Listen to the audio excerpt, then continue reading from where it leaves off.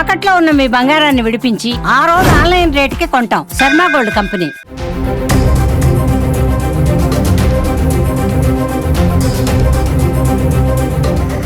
సింహం వేటకు బయలుదేరితే ఎలా ఉంటుందో అఖండ 2 చూస్తే తెలుస్తుందబ్బా.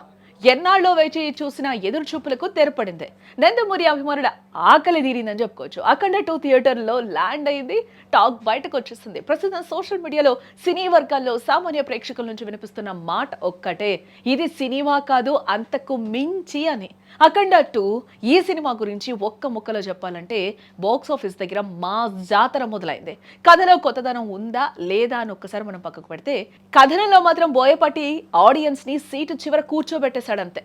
ఉదయం షో పడిన దగ్గర నుంచి పాజిటివ్ వైబ్స్ అయితే మొదలైపోయాయి. సినిమా చూసి బయటకు వస్తున్న ప్రతి ఒక్కరి ముఖంలోనూ పూనకం కనిపిస్తోంది.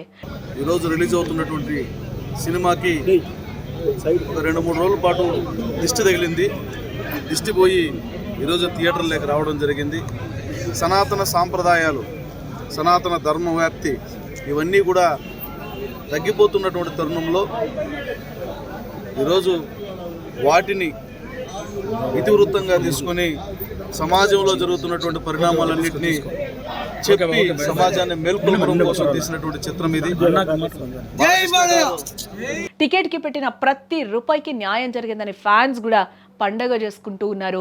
ఇక ఈ సినిమాకి వెన్నెముక నటసింహం నందమూరి బాలకృష్ణ. అఘోరాగా బాలకృష్ణ ఈసారి కేవలం నటించలేదు, జీవించేశారని కూడా చెప్పుకోవచ్చు. వెండి తెరపై విశ్వరూపమే చూపించారు ఆయన. ముఖ్యంగా ఇంటర్వెల్ బ్లాక్ మరియు క్లైమాక్స్ ఎపిసోడ్స్ లో బాలయ్య నటన అక్షరాల శివ తాండవంలా ఉంది. కళ్ళలు ఉగ్రం, డైలాగ్ డెలివరీలో ఆ పవర్ చూస్తుంటే ఫ్యాన్స్ పూనకాలతో ఊగిపోయారంతే. మొదటి పార్ట్ అఖండలో మనం చూసిన అఘోరా పాత్రకు మించి ఈ సీక్వెల్లో మరింత పవర్ఫుల్ గా, మరింత రౌద్రంగా బాలయ్య కనిపించారని చెప్పుకోవచ్చు. స్క్రీన్ మీద ఆయన కనిపిస్తే చాలు థియేటర్ దద్దరిల్లిపోవాల్సిందే. నిజమే, బాలయ్య ఎనర్జీకి వయసుతో పనే లేదు అని మరోసారి ఇక్కడ నిరూపించారని చెప్పుకోవచ్చు ఖచ్చితంగా. ఇక ఈ సినిమా విజయంలో మరో ప్రధాన పాత్రధారి దర్శకుడు బోయపాటి శ్రీను. ఫ్యాన్స్ ఏం కోరుకుంటారో అది వడ్డీతో సహా ఇచ్చేశారంతే. అవును, బోయపాటి మార్క్ మాస్ ఎలివేషన్స్ ఈ సినిమాలో పీక్స్ లో ఉన్నాయి. కేవలం యాక్షన్ సీక్వెన్స్లే కాదు, గుండె బరువెక్కే ఎమోషనల్ సీన్స్ కూడా ఆ సినిమాలో హైలైట్ గా నిలిచాయి. సెంటిమెంట్ పండించడంలోనూ బోయపాటి సక్సెస్ అయ్యాడని చెప్పుకోవచ్చు.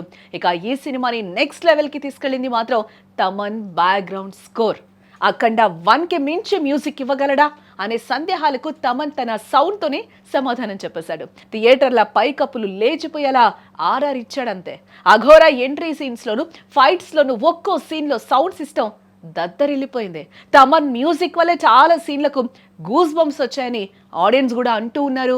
ఇక మొత్తానికి లీక్ అనే రిపోర్ట్స్, పబ్లిక్ టాక్ ప్రకారం చూస్తే ఫస్ట్ హాఫ్ అదిరిపోయిందని, సెకండ్ హాఫ్ లో వచ్చే ట్విస్ట్లు, యాక్షన్ ఎపిసోడ్స్ సినిమాకు నెక్స్ట్ లెవెల్ కి తీసుకెళ్లాయని కూడా క్లియర్ గా ఇక్కడ మనకు అర్థమైపోతుంది. రికార్డులు కనుమరుగవ్వడం, బాక్స్ ఆఫీస్ దగ్గర కొత్త చరిత్ర మొదలవడం మాత్రం ఖాయంగా కనిపిస్తుంది. అఖండ గర్జన మొదలైంది, ఇక కలెక్షన్ల వర్షమే మిగిలింది. చూసారుగా, ఇది అఖండ 2 సృష్టించిన సునామీ. లాజిక్లు వెతకకుండా మాస్ మ్యాజిక్ ని ఎంజాయ్ చేయాలనుకునే వారికి ఈ సినిమా ఒక విందు భోజనం లాంటిదని చెప్పుకోవచ్చు.